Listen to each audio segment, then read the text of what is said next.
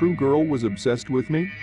So, rather you're reading or listening to this, do not ever forget of be wary of strangers, even if they turn into close friends. Make sure you are 100% positive that they will not do what this girl did to me.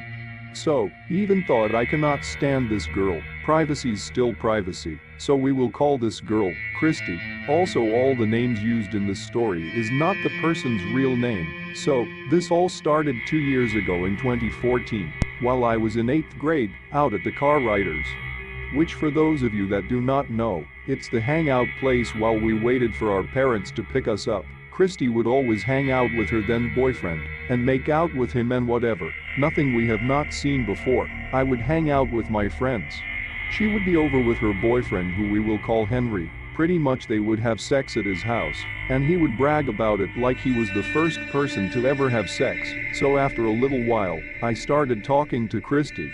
Not to date her or anything, but because I just recently moved to Georgia, which is where this takes place. So after a while we started texting, and Henry dumped her. He'll admit, it was pretty fucked up how he did it. He kind of just said, "Hey, I only wanted you for sex, you're ugly, bye, so yay." That was quite fucked up to be honest, but you would think if someone dumped you like that, you would not go back to them, right? Nope, not this bitch. She was literally addicted to him for some reason.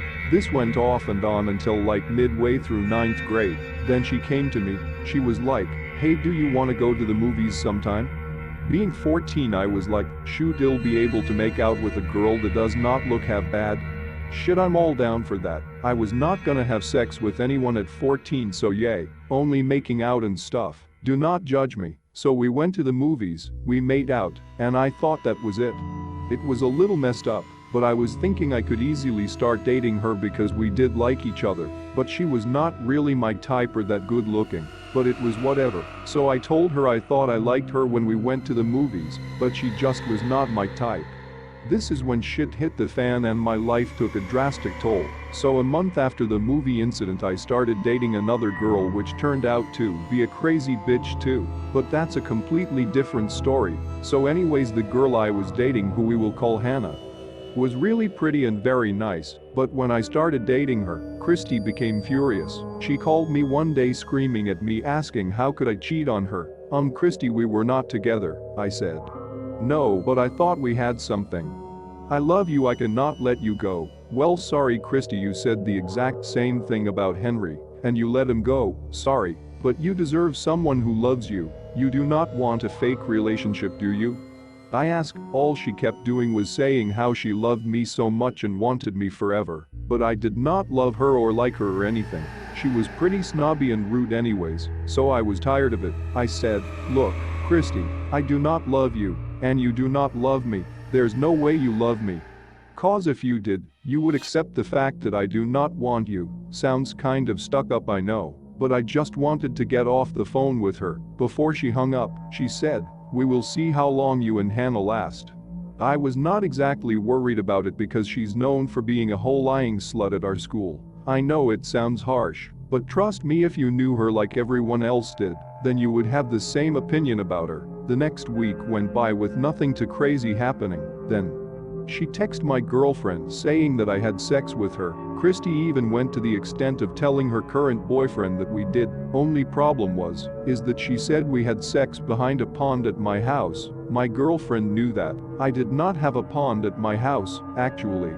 I did not have any type of water that could be mistaken for a pond either, so my girlfriend wrote it off. And so did I. The next day she confronted me about it in front of a lot of people at lunch. She yelled, I do not know why you are denying that we fucked behind your house. You know you love me. I started laughing, looked her in her eyes and said, if it were true then you know I do not have a pond behind my house like you tried to tell my girlfriend. If you are gonna lie, at least get the right facts. Then we went to the principal's office because of it.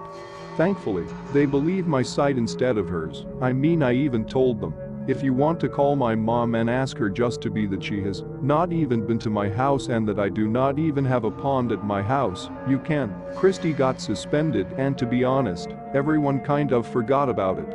And I was glad. It was seriously just stupid. When she came back, that's when the death threats began. She gave my girlfriend notes telling her she would kill her. If she did not break up with me, my girlfriend, for some reason, did not give it to the police or the school board, to be honest. I do not know why. She did not even tell me until a few months later. Christy started threatening me as well, telling me she mutilate my girlfriend right in front of me, and then force me to date her. This did not scare me, as I took karate and jinjitsu a few years before and I have a collection of knives and guns, so if she tried anything, I knew I had be fine. I was worried about my girlfriend, but her dad was a cop, so again, I was not too scared. I ignored Christy every time she tried to talk to me. Then, one day she pulled a knife on me at school. Christy, what the fuck are you doing? You are gonna kill me?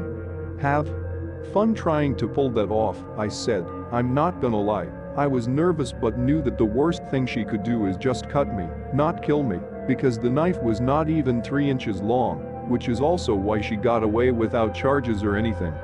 Because the law says no blade over 3 inches is allowed on school property, and because she did not verbally say she was trying to harm me, she got away with it. I was pissed off now, like, really mad, knowing that she could have harmed me or my girlfriend and probably could have said something like, "It slipped out of my hand," and again, because it was not 3 inches, she most likely would not have gotten in big trouble. So that weekend my girlfriend came over, and we walked through the woods, kissed and made out, and just relaxed because Christy had been putting so much stress on her and I.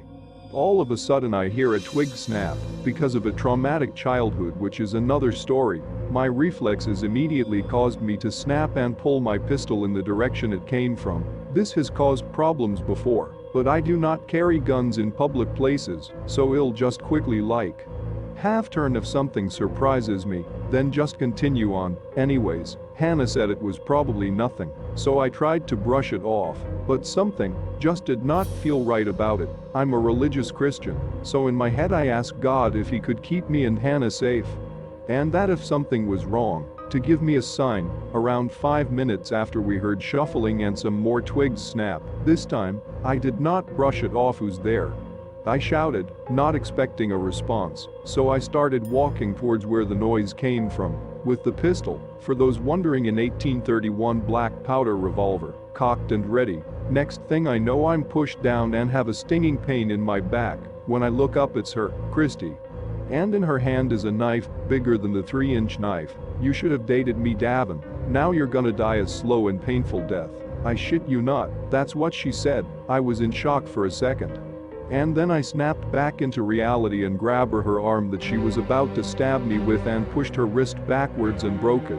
Then she dropped the knife and started screaming in pain. I then pushed her off of me, and I ran back to the trail, not letting her out of my sight, and then we called the police. While we were waiting, Hannah said she was sorry she did not help me, that she was too shocked. I just said it was fine, but before I could finish she screamed and said, "Davin, you're back." I looked and pulled my shirt up and saw that in fact Christy did cut me, quite deep as well. I guess I did not notice because of the adrenaline. I still have the scar and I'll attach an image to show you. Why the cut is white I do not know, since she cut so quickly. Maybe she had an awkward angle or something, I do not know. When the cops arrived, they took me and Hannah's statements. While they were doing a quick search of the area, they found a bag. In this bag, there was another knife, rope, duct tape, pictures of me and Hannah taken without our knowledge, and a blank camera. The cops said most likely Christy was probably going to take pictures of the event or record it and sell it. I was assuming it was going to probably go on the deep web or something like that. Anyways, she was put in jail for attempted homicide and trespassing, but I do not know where she went, if she went to a juvenile prison or what. Once she was gone, I was happy. Now me and Hannah are not together anymore, and I have moved on with my life now. And also sorry for the length and of the picture quality. If you look good close enough, you will see the scar. So Christy, let's not ever meet again. Signed, Dark Fury.